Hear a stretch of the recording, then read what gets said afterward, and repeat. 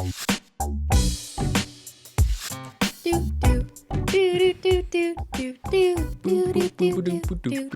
what's up? Hello, everyone, and welcome back to another episode of SimplyPodLogical, a simply now logical podcast. Hello, it's me. Sorry, go on. Is that a Canadian song, Christine? Today, we want to talk about the Canadian Broadcasting Act. So before you turn off your computer or your phone and stop listening, I promise this is interesting. We think this is interesting.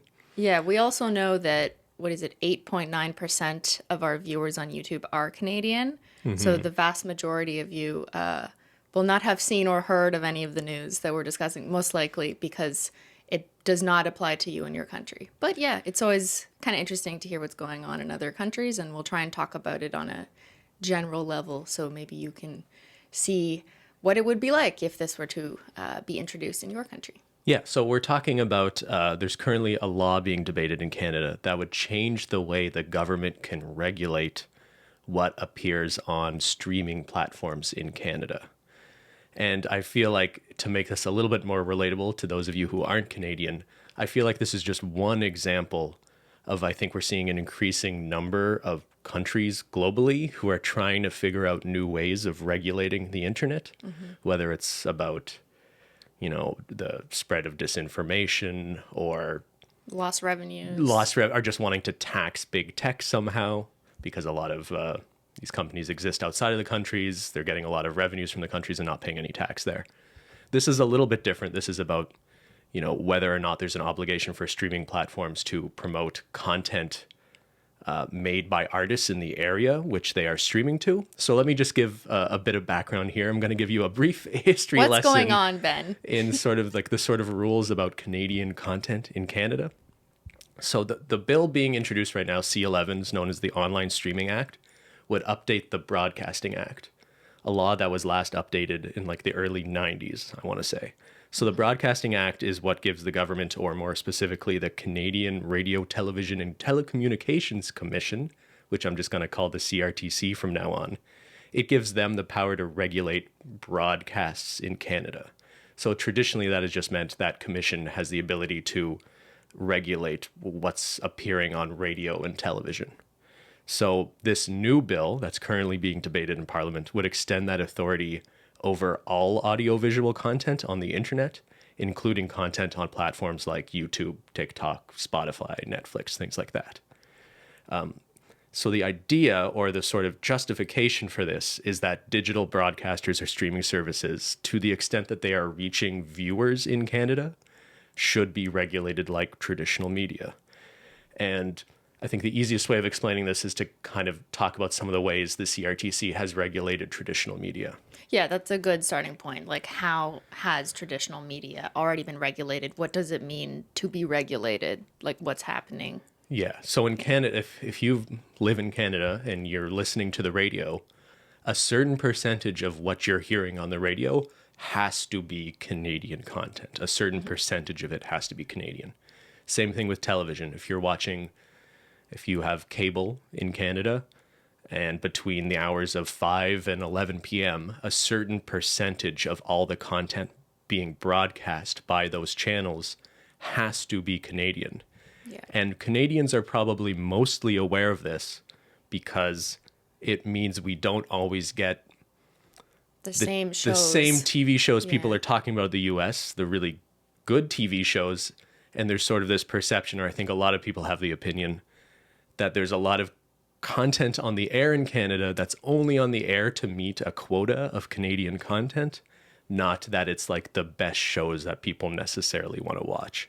That's sort of a sweeping generalization, because there have been really good Canadian TV shows, and sometimes they break through to the mainstream. Like, I know a lot of people really like Schitt's Creek and Letterkenny, and there's definitely examples of good Canadian content, but anyone in Canada could probably share with you that if you're just watching Canadian TV channels at night, there's a lot of pretty bad television on the air. And I think that's one of the reasons why in Canada specifically, a lot of people decided to forego their subscription to Rogers or Bell or whatever their television provider was, and just go on Netflix or just watch YouTube, because I think that's one of the reasons, not the only reason. Like convenience is another big reason. Sure, like But cable's sort of dying across the board. But part of it is anyway. that there just wasn't the same availability of content on a Canadian television network than like the globality of something like YouTube or a more online streaming service. The stream is just convenient because you can just browse and pick whatever you want to watch. There's way more right? options. Yeah.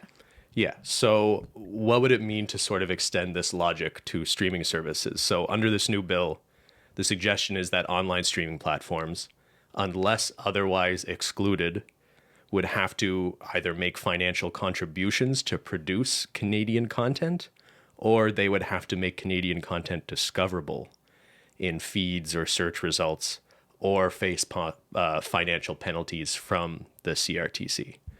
So there's been a lot of debate and criticism about this bill, like some professors, op-eds. Michael Geist is a blog you can find who's talked a lot about it. And I guess in a nutshell, the argument is it gives way too much kind of broad power to this regulatory body, the CRTC, to just broadly regulate the internet. And I feel like I have to give the context that this is the second version of this law they've tried to pass. The first version defined online content that could be regulated. They defined it in a way that would include user-generated content, which essentially means like if you're just some person uploading pictures to Facebook, they were defining how they could regulate online broadcasts to include just people posting pictures to Instagram or something. Yeah, but that was which is just changed. Totally absurd. So Sure, yeah. that was changed in this. Well, so the only reason we're seeing a second version of this bill is because there was an election, so they had to introduce a new version. And in the first version of the bill, they were really defending this idea of including user-generated content. So a big part of the concern for me, and I think a lot of people, is the people writing this law and proposing these regulations don't really understand how the internet works and how people create content on the internet. Yeah. It's kind of an example of like boomers trying to regulate something they don't really understand. There's definitely an element to that because we've each watched some of the parliamentary debates. Yeah, you can find some of them on YouTube. People like debating this bill, debating this law, and it is just embarrassing the quality of sort of political debate happening about this, I think. Right. I also feel the same way. I feel that like a lot of the people who are pro the bill, some of them might be doing it for a good reason. There are some reasons that we'll discuss about like why this is being introduced next. But I just like through what they're saying in their arguments, they will do things like villainize the deep, dark algorithm. Like we don't know what's going to happen. It the way they speak about it shows that they don't have an understanding as far as like I'm concerned as a Canadian creator about what the implications of doing this would have on the algorithm for Canadian creators who may no longer be able to be discovered from international audiences, which is something we can explain what that means. But anyways, in listening to these debates, as someone who like is more knowledgeable in that, the people proposing the bill don't seem to me to have a good understanding of the secondary consequences or the impacts or how they would even expect a platform like YouTube, for example, to implement the regulation because no clear guidelines for what that means have been given.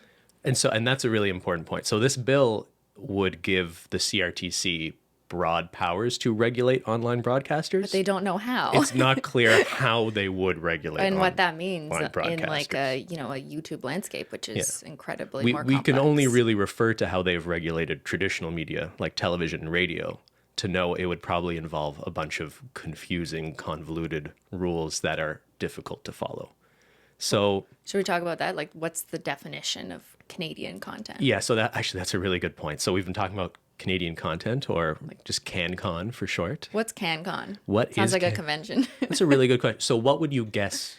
Yeah. I mean, we sort of have some background, but I wonder what people would guess. Like, what makes something Canadian content? So before I read into this, I guess, and we had this conversation like before we did research, I was like, if I had to guess, I think that means content like probably produced in Canada, but also about Canadian things or is in some way related to what would make sense that Canadian viewers would find important, like things on like Canadian culture or Canadian like landscapes, like Algonquin Park tours. Like that's the kind of thing I was like, that sounds like Canadian That sounds content. But Canadian. this is coming from someone who's like, I haven't researched this. I don't know CRTC guidelines. Like Documentary a documentary about maple Canada. syrup. Yeah, Must be Canadian content. But as it turns out, that's not the definition. Well, yeah, so it's actually way more complicated, and it depends on the medium we're talking about. Okay, so what is the definition in traditional media?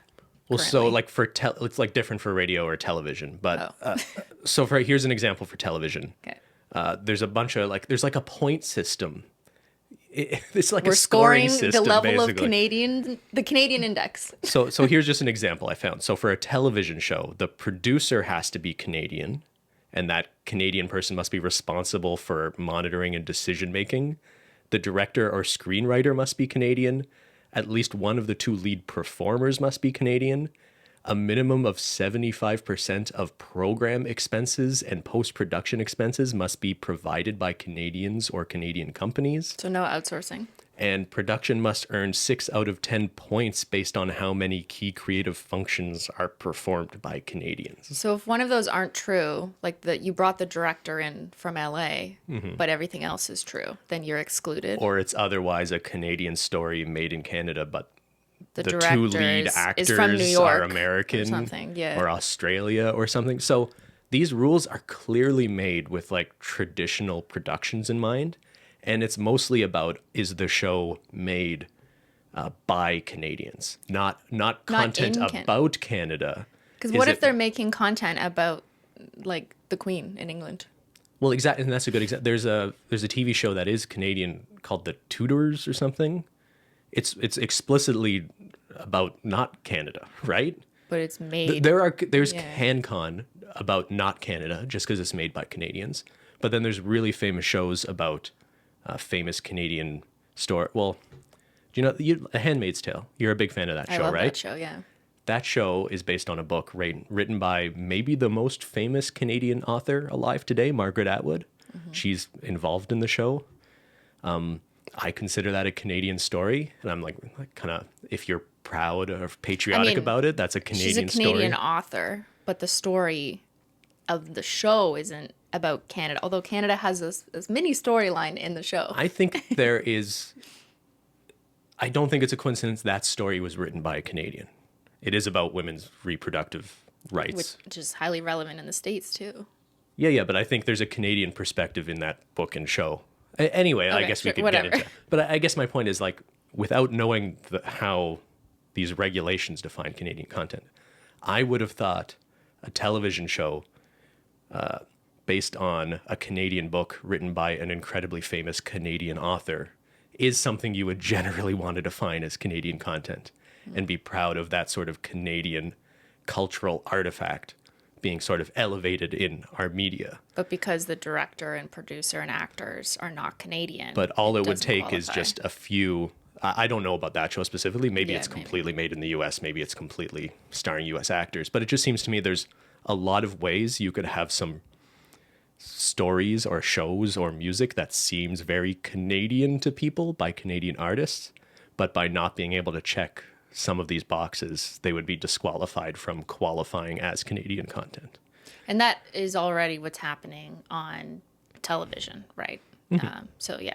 And in the radio, is it slightly different?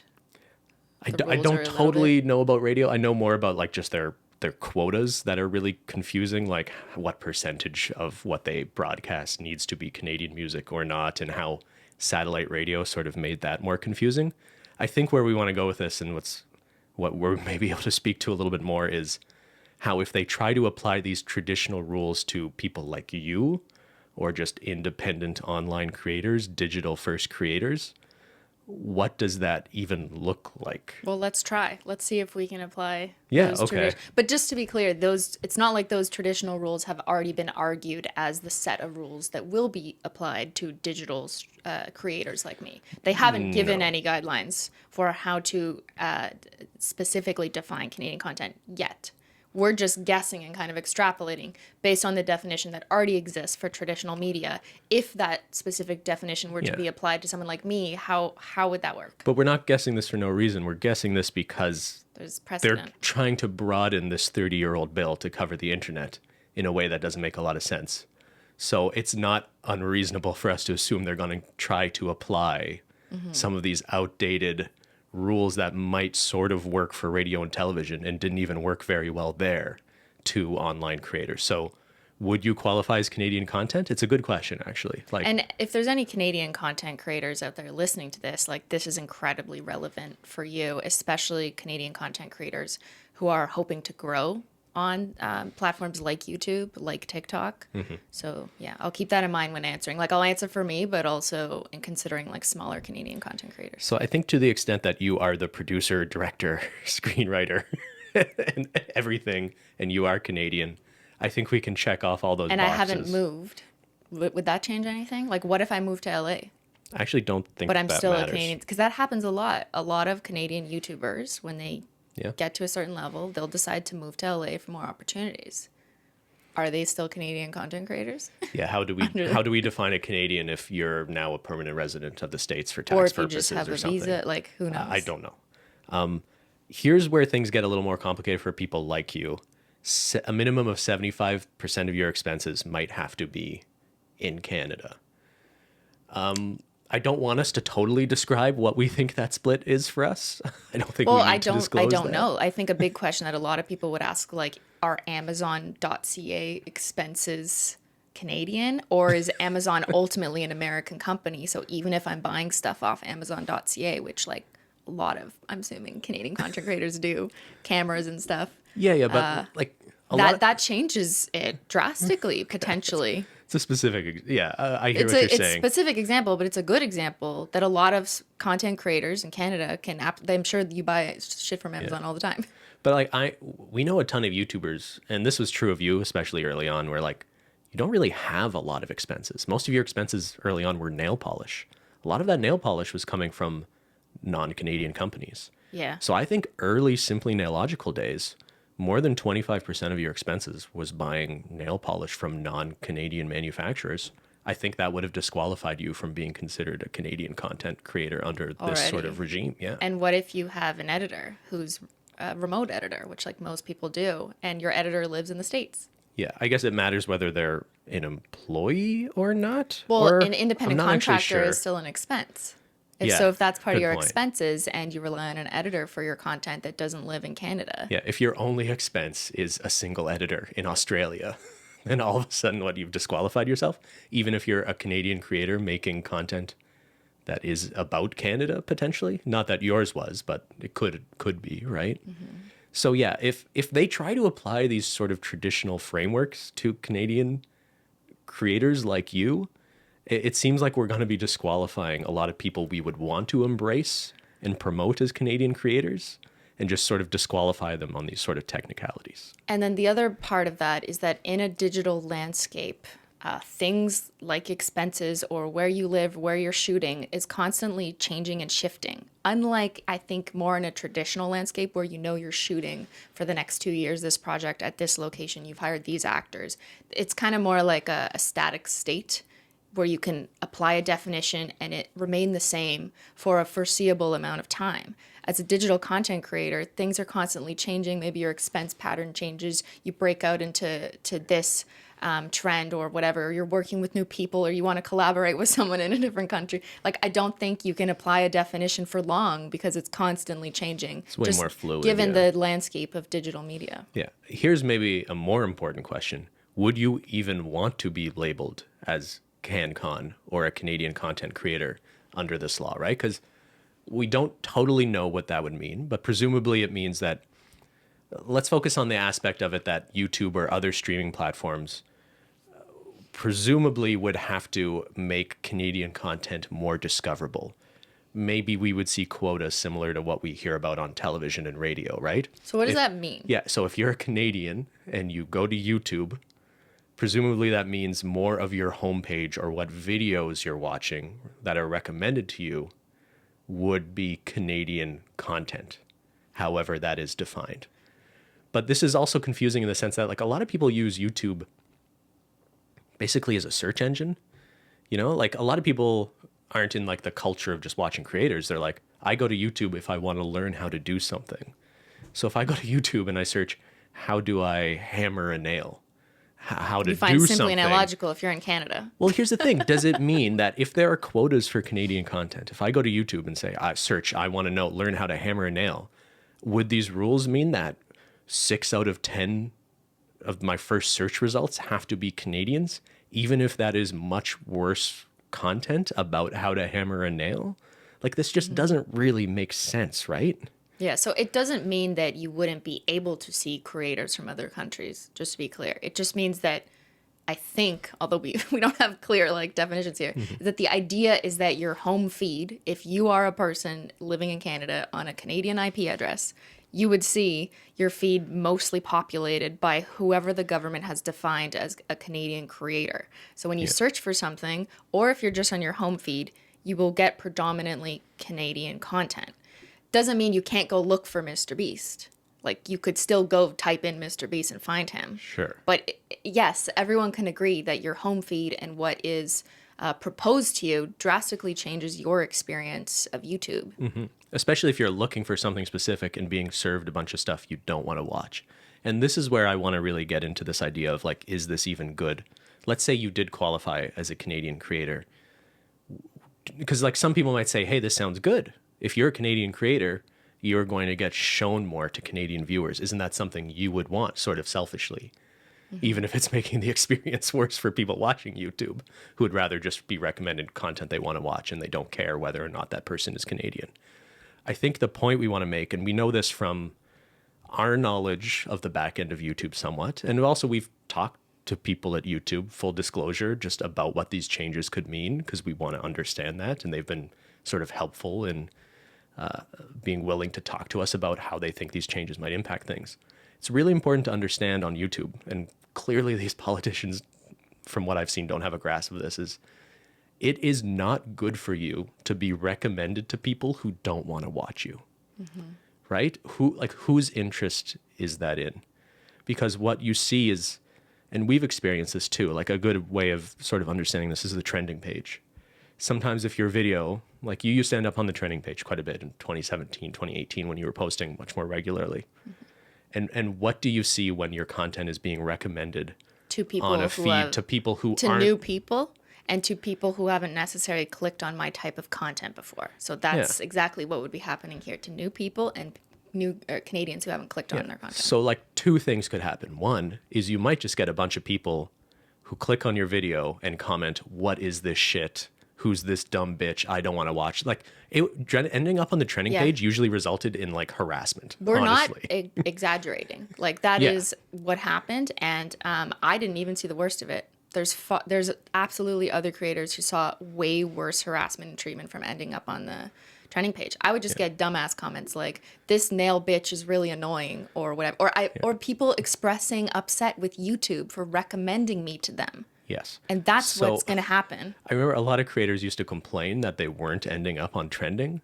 And from the other side, as seeing you end up on trending, it didn't get you more views. It just got you bad comments, essentially. I mean, slightly, you'd see a tiny few lift. Views come but then from what happens is maybe you get a tiny lift because you're on the trending page, but so many people click out because they don't want to watch you, that ultimately negatively impacts your watch time and the algorithm. So then the algorithm thinks, oh, people don't like you. We're going to serve your content less to other people. So I think both these points are important, but you've touched on the way more important one. If you, a Canadian creator, is being overly recommended to Canadian viewers who don't really otherwise have an interest in watching you, the back end of YouTube will recognize that even though we're showing this thumbnail to a lot of people, people don't even want to click on it. And what that will do is that will make YouTube less likely to recommend you to other people. Including outside of Canada. Which is hugely important because even Canadian creators who make content about Canada, I guarantee you that most of their viewership, if they're just like English-speaking creators, most of their viewers are not Canadian. Like, how many of your viewers are Canadian? 8.9% of this podcast viewers on YouTube are Canadian, and that's pretty consistent with across all my channels. Simply and Illogical, Not Logical. It's between 8 and 10% of all my watch time, of all you guys out there, is Canadian, which is proportional to like the number of people living in Canada. It's not that it doesn't deviate that much. You know, America is the biggest place in terms of population for English speaking and who are more likely to consume the types of content that I make. Obviously, there's So like cultural differences. 60-ish% of your audience. It's more like is American? 45 to 50 is Canadian. There's a lot of international US. that add up. Sorry, that is US, correct. Okay. 45 to 50% of my viewership across my channels generally is American viewers, and then between 8 and 10% is Canadian, and then it kind of goes down UK, Australia, Germany, and then the rest of it is made up of like multiple countries. Yeah, at that point, very it's like international. it's like Yeah. fractions of a percentage of like hundreds of other countries, Yes. right? But yeah, so it's, and I would say I'm very certain this is true of most Canadian creators, even those who are really And this- recognized as Canadian. This has always been the case for me. This isn't like just now. I remember when I first started noticing that a minority of my viewership was Canadian.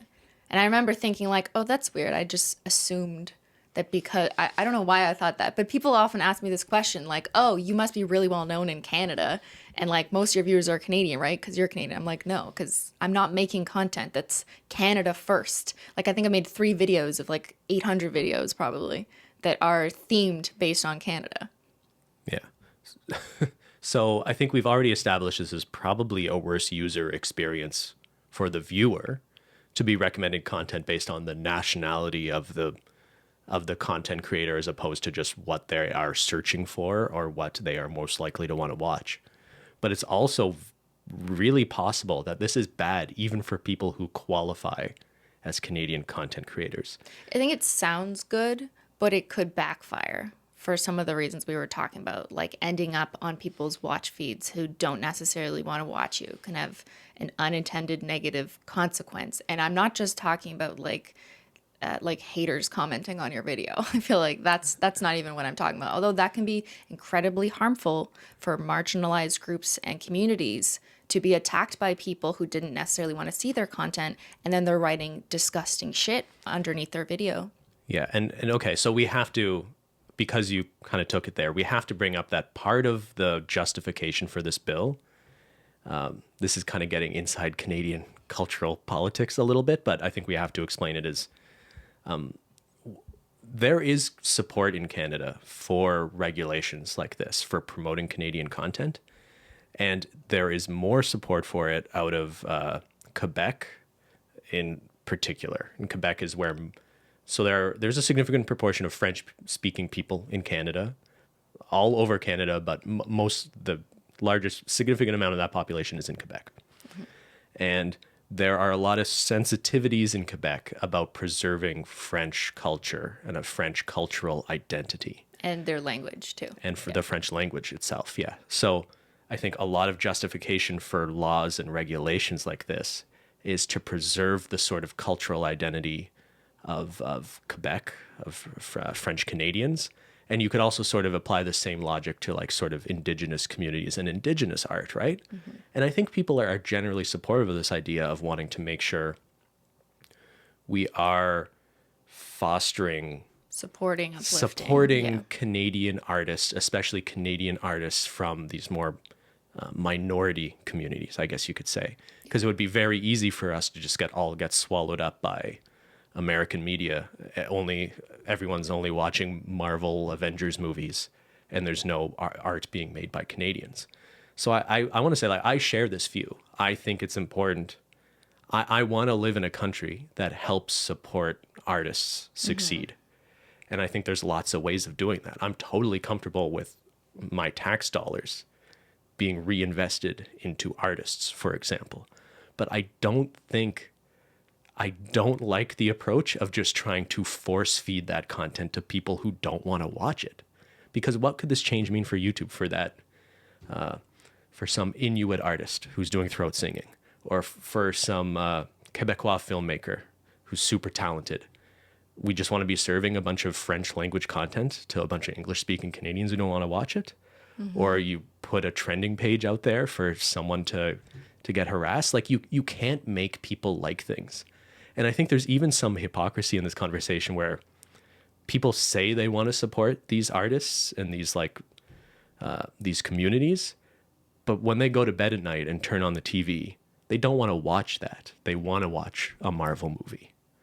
You know what I mean? So this is like a really complicated issue that I know people are hugely sensitive about. I mean, I agree with everything you just said, and I do think that our government should participate in supporting and uplifting artists who are born in Canada and trying to make it in Canada. But doing it at the added expense of it backfiring on those artists to the extent that you may actually be preventing those upcoming Canadian artists from going global. Because the unintended consequence of promoting, a Canadian musician's, I'll just not speak music because it's kind of different. Like a Canadian content creator who's filming in the fields of Alberta. If you're publishing their content across Canada to other Canadians who are not interested in that kind of content, but they had the possibility of maybe going global and reaching audiences in in the States who have similar farm fields who are also interested in that content. Those people outside of Canada are less likely to get served that content because as a result of their forcing it to Canadians who didn't want to see it, the algorithm understood that as, oh, people don't like this, or people are watching for less long, so we're not going to push it outside of what the requirement is according to this new quota. So you kind of prevent Canadians in a way from going global or international. And I wonder if maybe that's part of what they think is not so bad. So from a selfish perspective, which I don't think is fair to do that.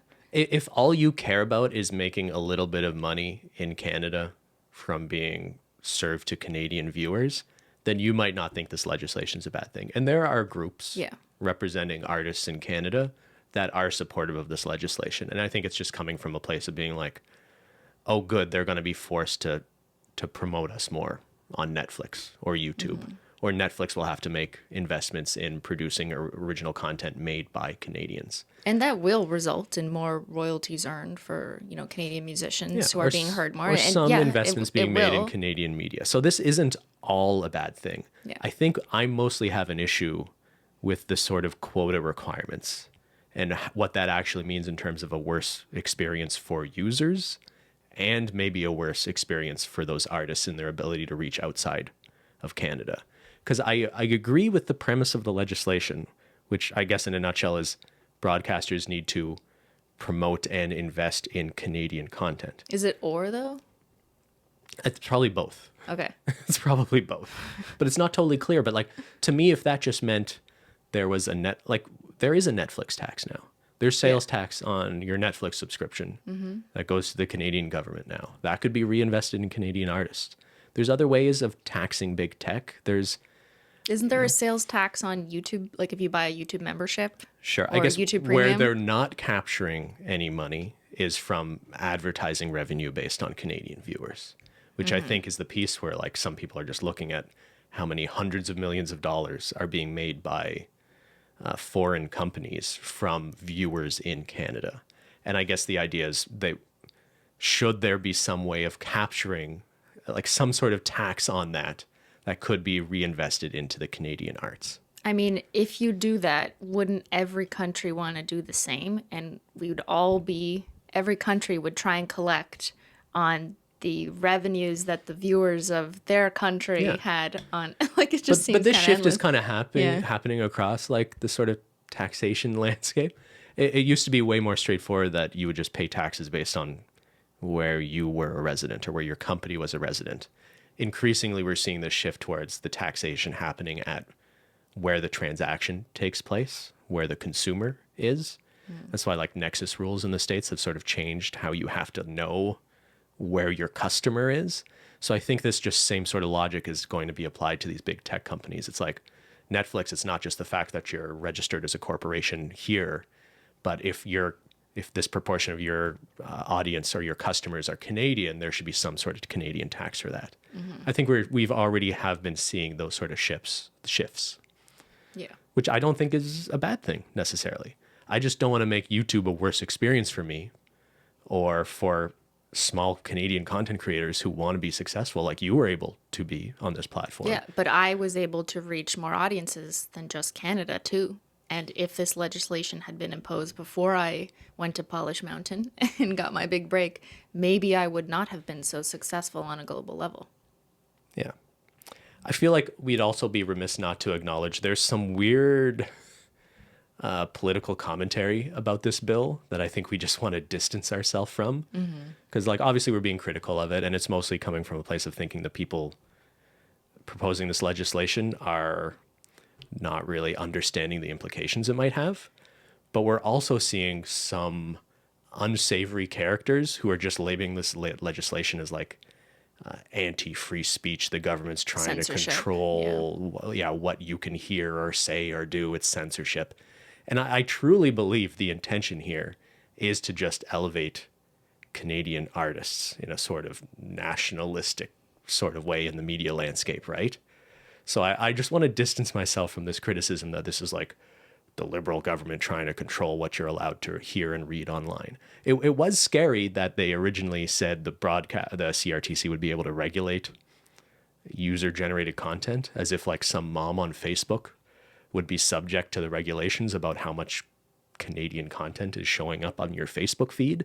Like, to me, that just speaks to a sort of like ignorance and misunderstanding and sort of incompetence of some of the people who came up with the first draft of this bill, more than it speaks to a government that's trying to police what you're allowed to think and consume online. That's my point of view anyway. And I do want to just circle back to this point about like whether or not someone like Cristine would be, someone like you would be labeled Canadian content under this regime, because... And would I want to be? Well, so I think we've talked about the reasons Yeah. why you might not want to be, but it's kind of an unknown element at this point. But during the debate, as they're debating this legislation, there has been some sort of assurances coming from politicians representing the government proposing the bill that it would exclude digital first creators. But the example they used was Gigi Gorgeous. Yes, who I didn't even know was Canadian, by Yeah, the way. I knew that. I didn't know But that. she moved to LA, I believe. But anyway, yeah. So I think they were trying to provide some assurance that someone like Gigi Gorgeous, or I guess someone like you, as a digital first creator, wouldn't actually be subject to these regulations or these, But it's this not in the bill, to be clear. Yeah. This was just what someone said in a speech in like 3 lines, really quickly. as they're sort of debating the bill. So Yeah. the text of the bill gives no sort of assurance that it would exclude people like you.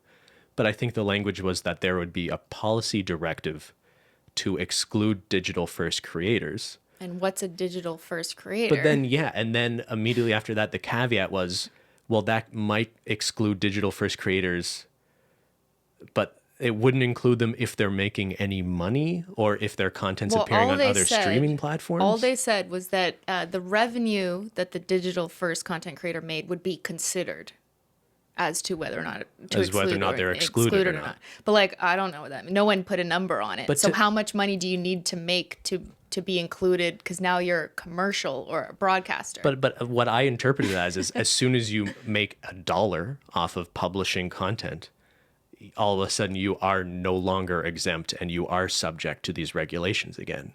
Because if you are commercial content as soon as you made $1 from the publishing a video? example that one of the speakers gave as like a "don't worry, we're not coming after these people" example was like some young girl in Ottawa makes a TikTok about her cat and it's funny and 10 million people like it. Don't worry, we're not coming after that person. We're not regulating you. But it's because that person, I guess, hasn't made money from a creator fund yet. But the second that person, after going viral, has the opportunity to make money, they're Are they like, subject to are these they subject to regulations? these rules now? Like, Yeah, Right. I don't know. And I don't think they know. And that's probably my biggest issue with this bill is a lot of what we've said today is speculation based off how their rules for traditional media might just be, put onto a new media landscape. But the truth is we don't know. And the way the law is proposed, it's totally unclear. Even the language of these exemptions is not as clear. The debate they're having in the bill about other people who will be exempt and not exempt is unclear. There's exemptions, but then there's exemptions to the exemptions. Like, the law should be written in a way where we all have confidence in who it will actually apply to and what it will mean.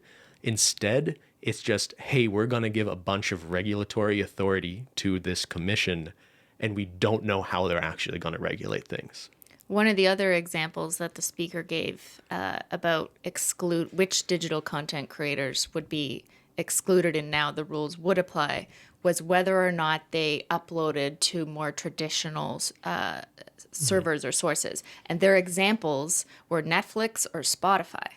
Very specific examples. Yeah. So does that mean, because even though we post on, I consider our podcast like a YouTube first podcast. I don't know. It's completely arbitrary, but that's just like how we think of it. We post on YouTube first. We film it as a video podcast first. And then for convenience of our listeners, like you out there listening and not watching right now, we upload it to Spotify just because and Apple it's Podcasts, and Apple Podcasts because it's more accessible and it's better for our listeners. Some people just want to listen. We actually have no financial incentive, to be frank, uploading it to those services because we don't get ad revenue off of Spotify currently. We just get that from YouTube. But because we are uploading on a traditional service, does that mean all of a sudden the rules are going to apply to us? That we would be subject to that regulation. And so if we didn't want to be subject to that regulation, just thinking out loud here, not saying we're doing these actions, but it might make a creator like us decide to no longer upload on Spotify if that was all it took to exclude us there. Yeah, maybe. And yeah, I think that's a real consequence people should consider about this. If it's not in your interest to be labeled a Canadian creator under this law or this regime, you might see Canadian creators going out of their way to not qualify. They'll just have more American expenses if that's all it takes. Maybe, yeah. Or just choose not to post things certain places. On Spotify, yeah. And just prioritize places where digital first is accepted. Like, it sounds like they're not including YouTube because they only mention Netflix and Spotify there. But it's all like, I don't even think that they know what the list would be. And it's not in the text of the bill. They're just saying they'll give the CRTC some sort of policy direction as to who to exclude.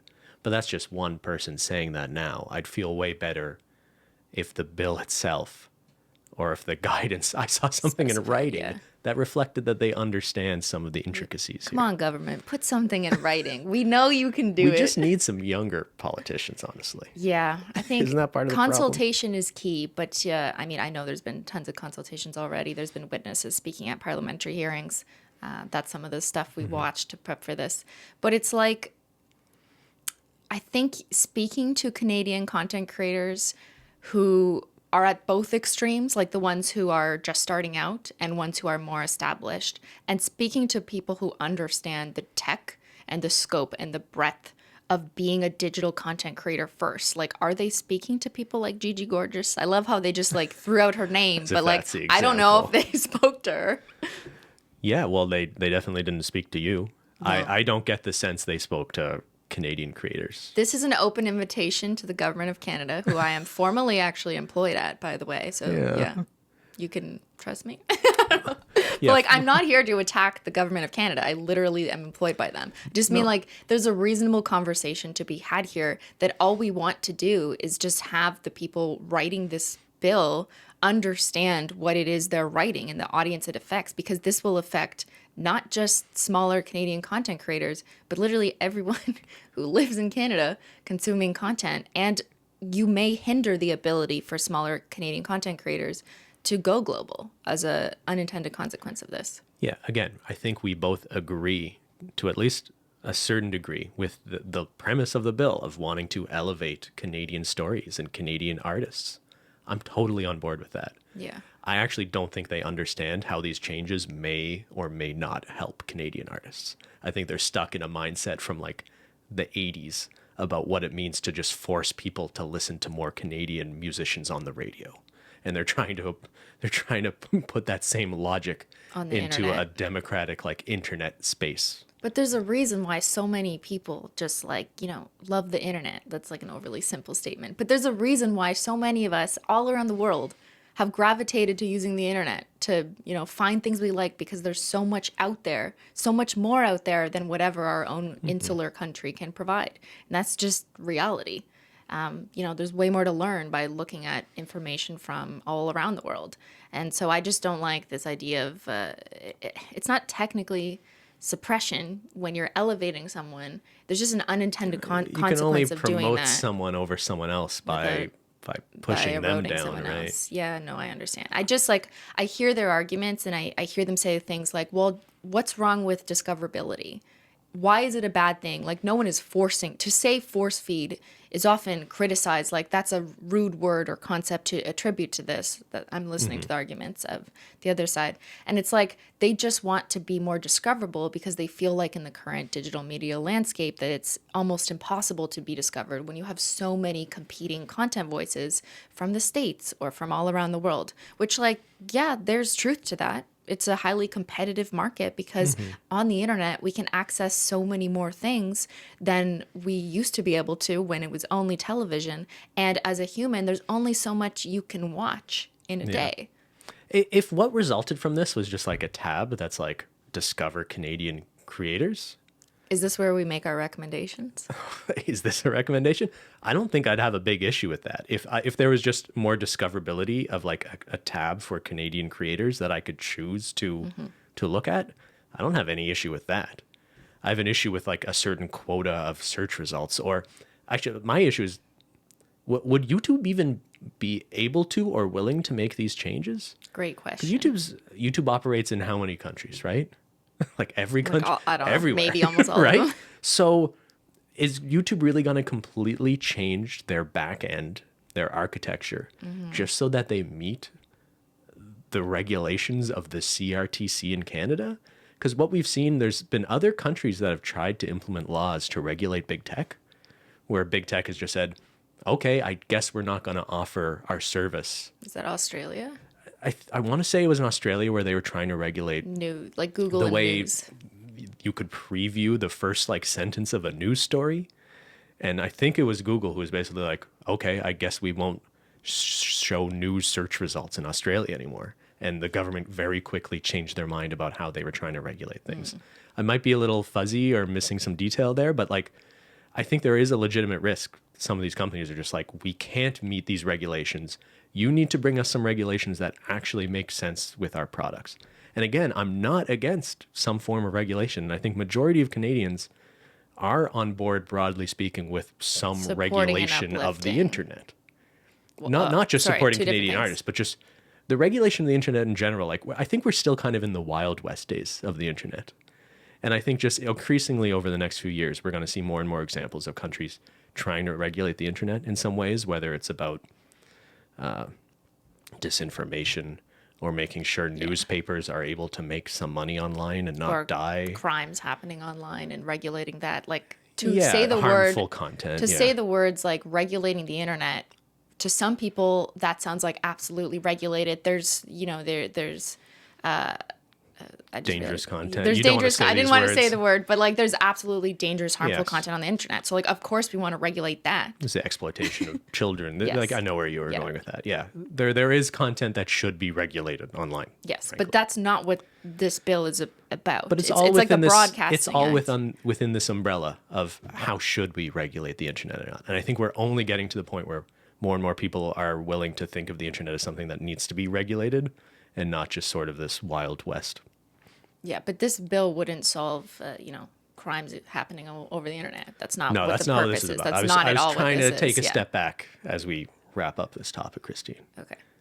So, Is there anything we missed? well, in terms of solutions, I do like your trending page idea. Well, we wouldn't call it the trending page. I think it would make a lot of sense, and it would probably help out smaller Canadian content creators who are uploading things to YouTube. You could apply the same logic to a suggestion on TikTok or Facebook or whatever, but I'll keep it to YouTube, where there is a page, if your IP address as a viewer is in Canada, that you see that says like Canadian content. It's like a feature page, and you click on it, and you're recommended stuff from just Canadian content creators, however that definition is created. Yeah. I think that makes sense because it gives the viewer the option to discover local talent and see what's out there by Canadians, but it doesn't change their home feed, and it doesn't have a negative consequence on Canadian content creators being put into that feed because it's an optional feed. as opposed to a mandatory feed. I think that's a good solution. And I'm pretty sure, although like I should know more about this, but I just don't, like there's a sector of YouTube, like YouTube Canada, that does things where they feature Canadian content. Like I've seen that in taskbars. Well, occasionally we'll say like a Canadian content creator on the Like a rise or spotlight. Yeah. something. They'll do Creator on the spotlights rise. of smaller Canadian content creators. I've definitely seen that being promoted to me. I don't know if it's because I'm in Canada or if they do that, to other people Sure. outside Canada. But like that exists already. So, but I think this sounds pretty reasonable to people. What doesn't sound reasonable is like 60% of my homepage has to be Canadian content. And again, just kind of going back to the beginning, how Canadian content is defined is really important, because I would really hope it would include people like you and other like really smart, innovative, creative, Canadians who have independently created YouTube channels. But what I'm worried about with these definitions is that it would really just make these big media companies in Canada, like Bell and Rogers, who have experience navigating these laws and regulations, it's very likely that it will just benefit those companies and their ability to claim subsidies or be promoted as Canadian content more than it's going to benefit you, a smaller or medium-sized creator, relative to these giant media conglomerates. Yeah, that's a really good point. So it's not really helping the modernization of consumption of media either. Like it could actually hinder the modernization of media consumption. And hey, maybe people just use VPNs. Like, That's am what I I a was literally Canadian just viewer gonna say. anymore? Like Canadian Yeah. viewers out there, if this were to happen and you don't want X% of your feed to be Canadian, you want it to go back to the way it was, you're just going to use a VPN. Yeah. And For I'm sure Canada will, probably try and respond to that and find some legislation to, I don't know. Is that the That's slippery another slope argument? scary thing. But like, yeah, people will find ways to escape this if it happens. And I don't think ultimately it will be productive or helpful to impose it in the way it's currently proposed. I think there is a path forward to coming up with some kind of compromise that does something to uplift and support Canadian content creators, but that doesn't come at the expense of their future success, which is like not being considered because no one seems to understand how this works algorithmically. And that also doesn't come at the expense of the experience of viewers whose IP address is in Canada. Another solution is also like supporting content creators directly through subsidies and grants, like literally the government just funding them directly, which already happens. But like you could do more of it, and you could add like digital content creators to that if that doesn't already exist in some capacity. Yeah, whether that comes from taxing online streaming services or big tech or not, right? Just I'm totally on board with tax dollars going to Canadian artists.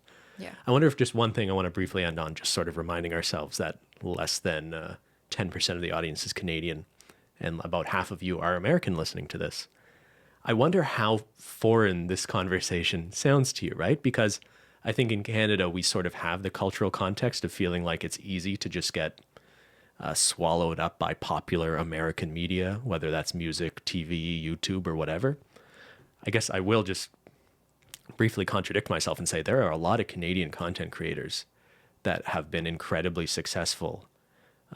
There's a disproportionate number of English-speaking Canadian content creators that have done incredibly well on YouTube.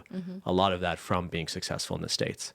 So I guess what I'm trying to get to is this idea of if you're in the US, can you imagine a scenario where your country would have to enact laws to protect American artists being sort of broadcast, whether that's on like radio or television or the internet? It's almost like if there was too much K-pop on the radio in the US, could you see the US government being like, America first, we need to make sure a certain percentage of what's played on American radio stations are American bands? I think it's so hard to imagine because American culture is so big pervasive. anyways. But like, I see what you're saying. I could see some politicians in America going exactly with that argument, America first, our content first. But because America's media culture is already so pervasive across like the entire globe, I don't think they're going to have the issue like Canada does, which is like, has a fraction of the people that the US does. Yeah. And yeah, we have the French language, which is really just most predominant in one province. where like that's an issue for that province that they want to preserve, but it doesn't apply to necessarily to the rest of Canadians. And that might arise in the States as well. Right? Like, I mean, it's not, we're not really comparable in terms of that sense of the country. So it's hard to imagine a scenario, but I could imagine most people from the States listening to this were like, that would be insane if my country did this, where they required that 70%. It would be hard to imagine, though. Yeah, you would have less oversight, or not oversight, you would have less visibility into content creators like me because I'm not American. Yeah. And last thing I want to say is just like shout out to public broadcasters. Because in my mind, I believe in having a well-funded public broadcaster. And that's a really good way of, you know, making sure there is Canadian content on your airwaves, Canadian stories being told, and Canadian artists being promoted. You know, like I want a well-funded CBC or Radio Canada, because I do think it's important at the end of the day to have sort of Canadian voices represented in Canadian media. Yeah, and have them supported as well. Yeah. Yeah. All right. How about if you want to keep seeing this video in Canada, smash that like Make button. sure to engage with this content so we don't disappear. And yeah, any like disclosures we need to add? Like it occurred to me while you were talking before that, like, yeah, you're a government employee. The views you're expressing here are those of just an independent person. Are those of Simply and Illogical Inc. or Cristine your other life. That's it. We're not lobbying the government and sharing sort of our perspective. But if the on government this. did want to do a consultation, an open consultation with external people such as myself, like I would, you know my email. Yeah, and we've talked to YouTube about this, full disclosure, and they are pretty actively lobbying the government to try to express why they think this legislation could be a big problem. So just disclosure there that we have had conversations about that. And I mostly wanted to do this just knowing that even though a minority of our listeners are Canadian, I still think it's an interesting thing to discuss. But there's definitely like at least a couple hundred people listening or watching this right now who are smaller Canadian content creators who I think maybe think at first glance that this could be helpful because you hear it's supposed to be in support of Canadian content creators, but because of the challenges of applying this to a digital landscape and the unintended consequences, it may not be good for those people. And so while this bill doesn't really affect me, honestly, because I've already pierced this fear of going global, like I've already seen that success, it could hurt those who haven't had that opportunity yet. And so that's why we're talking about it. Not because I'm like, oh no, me. I'm thinking about smaller content creators in Canada who this may actually hinder their ability to move forward. It might not. We don't really know. But I just think, we need to have that conversation. And it doesn't seem to me that conversation is being had by the people who are drafting these laws. Yeah. Yeah. Okay, boomer. Okay. All right, Menchie, you good? Menchie. All right. Menchie's a Canadian content Canadian creator. content? I don't know. Her expenses are a lot of savory salmon treats. Well, I get that from a Canadian pet food store. Is it? Or is it from Amazon? Okay. Thank you for watching. I hope that was interesting. I think that was interesting. Yeah. Comment down below what would happen if this was going on in your country and what your position would be. And just like we should have said this at the beginning, but obviously we're coming at it from the perspective of one side. You know, I did my research and listened to the perspective of the other side. So we tried to bring those up. But yeah, obviously, like we're just giving our perspective as content creators. And that's the only perspective we really can give. I would be interested to hear from people who actually think this could be a good thing for smaller creators. I guess we don't know for sure. But yeah, I'm willing to hear that argument. Yeah. All right, everybody. We hope you have a fantastic Taco Tuesday because this is going to be a good week. Right, Ben? So this is going to be a wild week. Why? What's growing on, Cristine? So much that will be told over the next... Tomorrow, you will Tuesday get the official announcement tomorrow, which is Wednesday. Depending on when you're listening. We're talking in the future right now. In the future. Tomorrow is Wednesday Very if you're listening on Tuesday. Yeah. I'm so excited. I could give a hint. The collaborator, the Holo Taco X has already been revealed on this date. Has it been? I think so. They are not a Canadian content creator. Holo Taco's first collab is not with a a Canadian content creator. All right. Okay. All right, everyone. I hope you have a fantastic Taco Tuesday and an exciting rest of the week because I know I will. All right. Thanks so much for watching. See y'all y'all later. Bye.